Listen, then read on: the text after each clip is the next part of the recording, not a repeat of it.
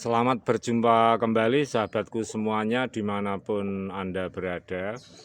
Setelah beberapa waktu yang lalu kita lakukan petik buah di sini. Nah, kemudian kita lakukan penggemburan tanah agar tanahnya gembur dulu kawan, karena ini adalah tanaman yang belum 1 tahun usianya. Tentu hal ini kita lakukan, jadi kita tidak terburu-buru untuk membuat tanaman ini berbunga kembali atau berbuah kembali, atau kita picu dengan pupuk-pupuk kimia yang mengakibatkan tanaman ini bisa cepat sekali untuk berbunga kembali. Nah, kita tidak lakukan itu.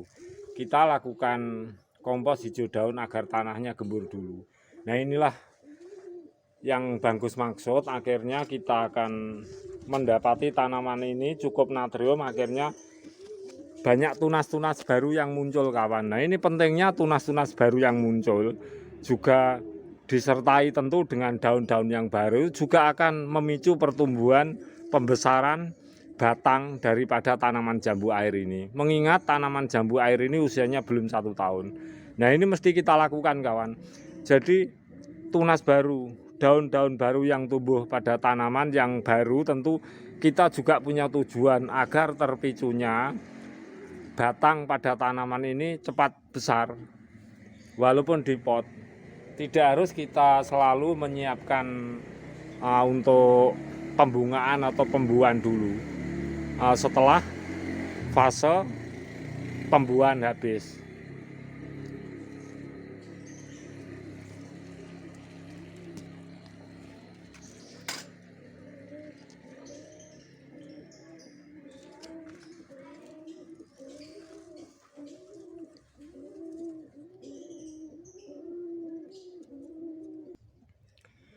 Lantas apakah tunas-tunas yang keluar begitu banyak pada tanaman ini kita biarkan? Tidak kawan, tentu kita lakukan rawatan pada tunas-tunas, kita seimbangkan. Nah, cara menyeimbangkan tanaman jambu air yang banyak keluar tunas seperti ini,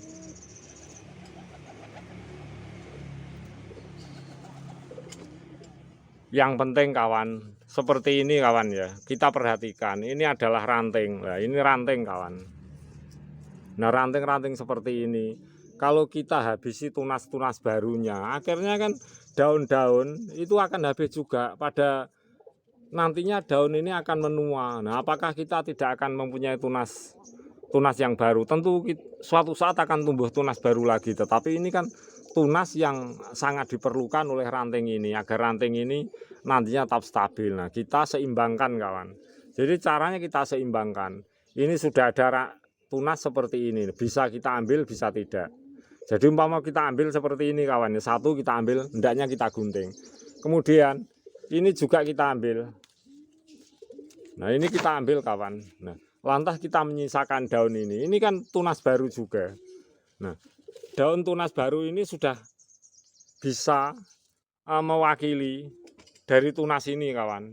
Jadi cara mengambil tunas-tunasnya harus kita perhitungkan, kita sesuaikan keperluan dari ranting ini atau batang ini, agar nantinya tuh selalu stabil. Jadi tidak selalu kita habisi tunas-tunasnya tanpa kita memperhitungkan sebagai pengganti tunas yang sebagai pengganti daun yang lama. Tentu tunas yang baru itu sebagai pengganti daun yang lama kawan.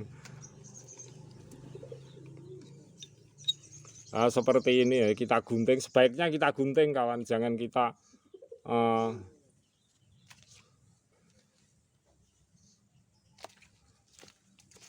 langsung kita ambil dengan jari-jari kita, jangan. Sebaiknya kita gunting seperti ini. Nah, ini efeknya ke depannya, bekas-bekas luka-lukanya itu akan sangat bagus. Jadi ini kita sisakan tunas-tunas baru ini hanya sebagai pengganti daun-daun yang nantinya itu pasti akan rontok juga. Nah, ini perlu kita perhitungkan tanaman kita di tabulan pot agar tanaman kita di tabulan pot itu punya perkembangan yang seimbang. Jadi ketika kita mengurangi tunas-tunasnya itu harus kita perhitungkan betul-betul keperluan dari tanaman ini untuk memiliki tunas baru sebagai pengganti daun yang lama. Nah, ini maksud Bangkus.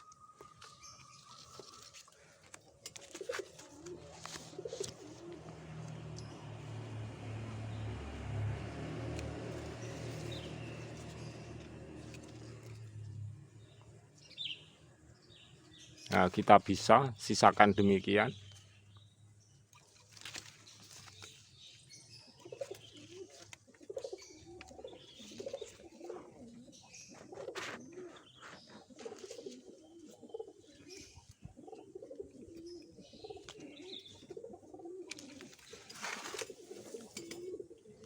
Juga seperti ini kawan, kira-kira pengganti daun yang lama itu kita sisakan, jadi tidak sembarang kita memotongnya.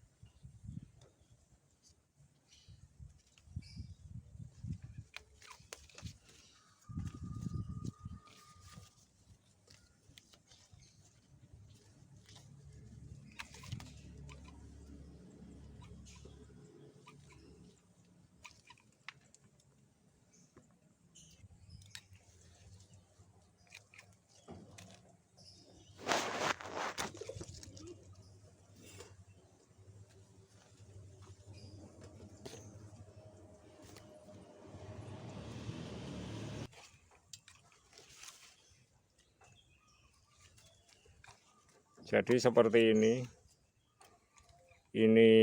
terlalu bawah bisa kita gunting semuanya saja, sebab nanti juga akan mudah tumbuh tunas baru.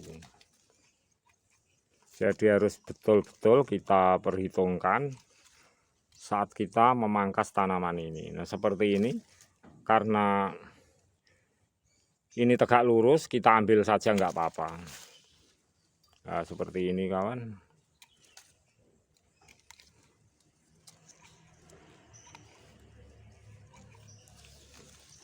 Juga demikian kawan, untuk ranting ini sudah ada daun yang lama. Nah ini tunas yang baru cukup mewakili, kita bisa mengguntingnya sini. Nah, seperti ini. Kemudian kita lanjut.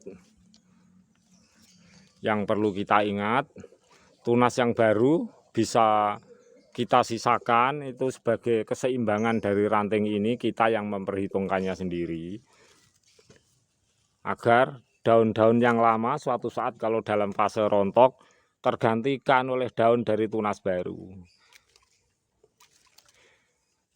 Jadi tanaman kita tetap stabil, jadi tidak sampai daun barunya itu menunggu kembali setelah tunas barunya habis. Itu jangan sampai kawan, harus kita yang memperhitungkan agar tanaman ini cepat pertumbuhannya. Kalau kita habisi semuanya daunnya lama juga nggak apa-apa, akhirnya akan tumbuh tunas kembali. Tetapi kan lebih baik tunas yang telah kita picu agar keluar itu sebagai pengganti daun yang lama. Itu saya rasa akan lebih cepat perkembangan tanaman ini dalam fase vegetatif, akhirnya ke generatif juga. Nah ini sangat penting untuk sahabatku semuanya ketahui, bagi pecinta tanaman tabulam pot, agar tanaman kita di pot dengan kita picu teknik pemupukan hijau daun seperti ini, tanah gembur, akhirnya menuju fase vegetatif generatifnya stabil, bertahan dalam waktu yang sangat lama. Juga pembesaran batang, ranting, terutama akar, batang, daun, dan kegeneratifnya itu seimbang.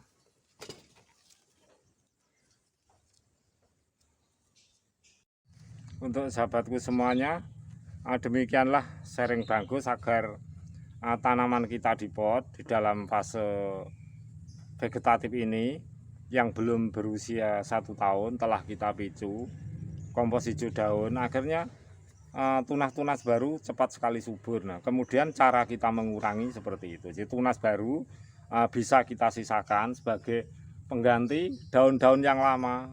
Jadi jangan dihabisi semuanya tunas yang baru kawan. Hendaknya kita sendiri yang punya perhitungan di mana ranting tersebut memerlukan daun untuk berapa. Sebagai pengganti daun yang lama kita sisakan, kita perhitungkan tunas baru.